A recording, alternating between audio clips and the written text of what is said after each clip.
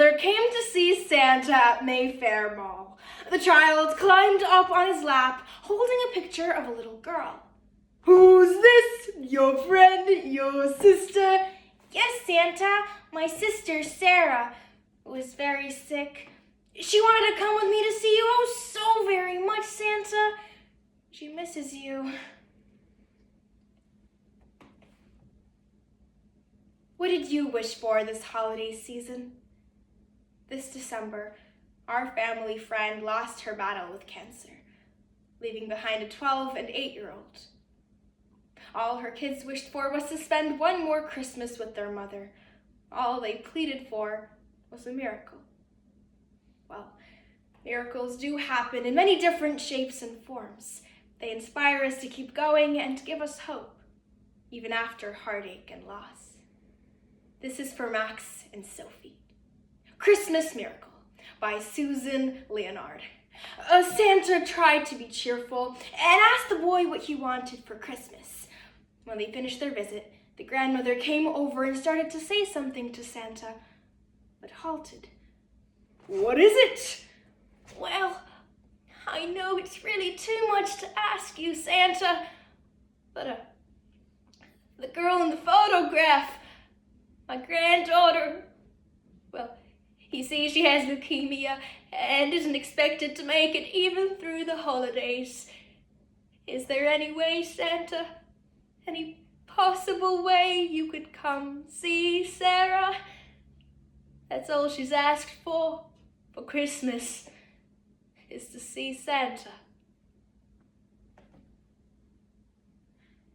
Santa blinked and swallowed hard and told the woman to leave information with his elves as to where Sarah was, and he would see what he could do. "What if it were my child lying in that hospital bed, dying?" he thought with a sinking heart. When Santa finished visiting with all the boys and girls that evening, he retrieved from his helper the name of the hospital where Sarah was staying. At the hospital, Santa quietly peeked into Sarah's room and saw little Sarah on the bed. The room was full of what appeared to be her family. There was the grandmother and the girl's brother who he had seen earlier that day.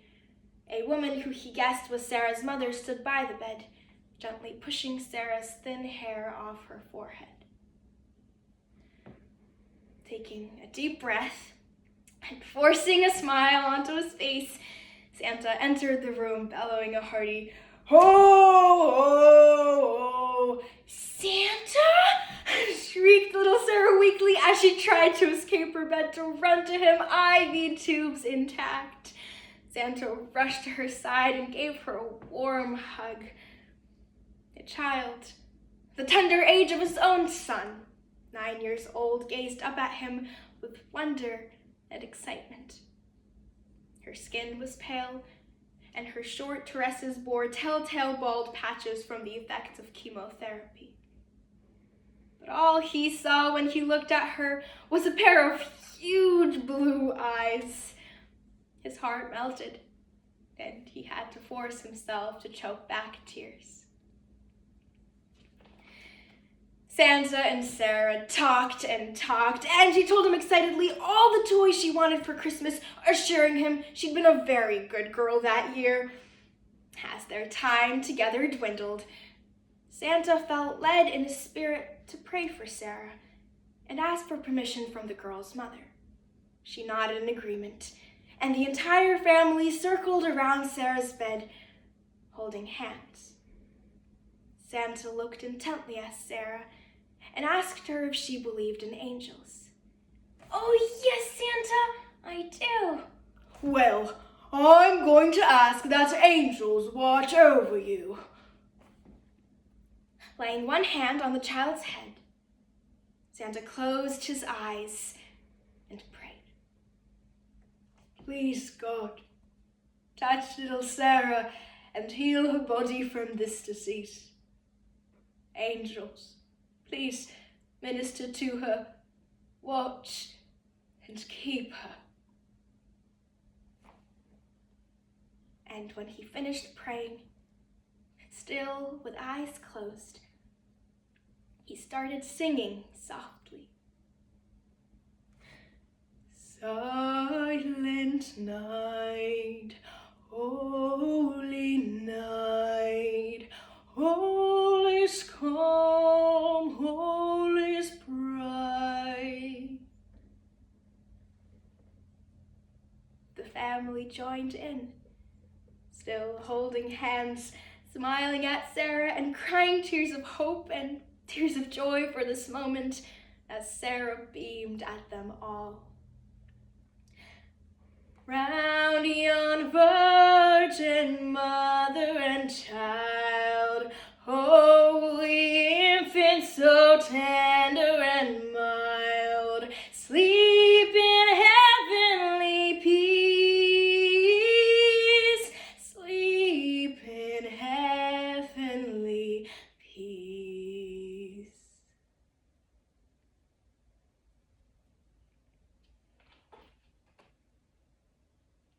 When the song ended, Santa sat on the side of the bed again and held Sarah's frail, small hand in his own. Now, Sarah, you have a job to do, and that is to concentrate on getting well.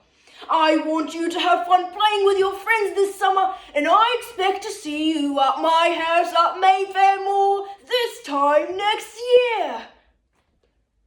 He knew it was risky proclaiming that to this little girl who had terminal cancer, but he had to. He had to give her the greatest gift he could. Not dolls or toys or games, but the gift of hope. Yes, Santa, Sarah exclaimed, her eyes bright. He leaned down and kissed her on the forehead and left the room. Sarah's mother and grandmother slipped out of the room quickly and rushed to Santa's side to thank him. My only child is the same age as Sarah. This is the least I could do.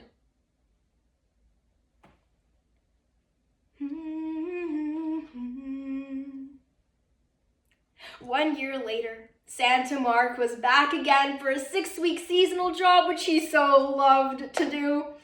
Several weeks went by, and then one day, a child came up to sit on his lap. Hi, Santa. Remember me? Of course I do, Santa proclaimed, as he always does. After all, the secret to being a good Santa was to make each child feel as if they are the only child in the world at that moment. You came to see me in the hospital last year.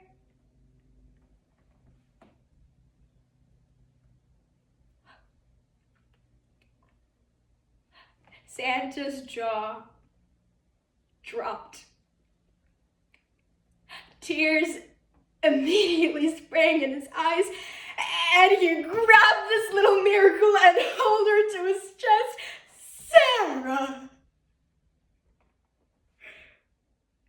He scarcely recognized her, for her hair was long and silky, and her cheeks were rosy, much different from the little girl he had seen just a year before. He looked over and saw Sarah's mother and grandmother in the sidelines, smiling and waving and wiping their eyes. That was the best Christmas ever for Santa Claus. He had witnessed and been blessed to be instrumental in bringing about this miracle of hope. This little child was healed, cancer-free, alive and well. He silently looked up to heaven and humbly whispered, "Thank you, Father. 'Tis a very Merry Christmas."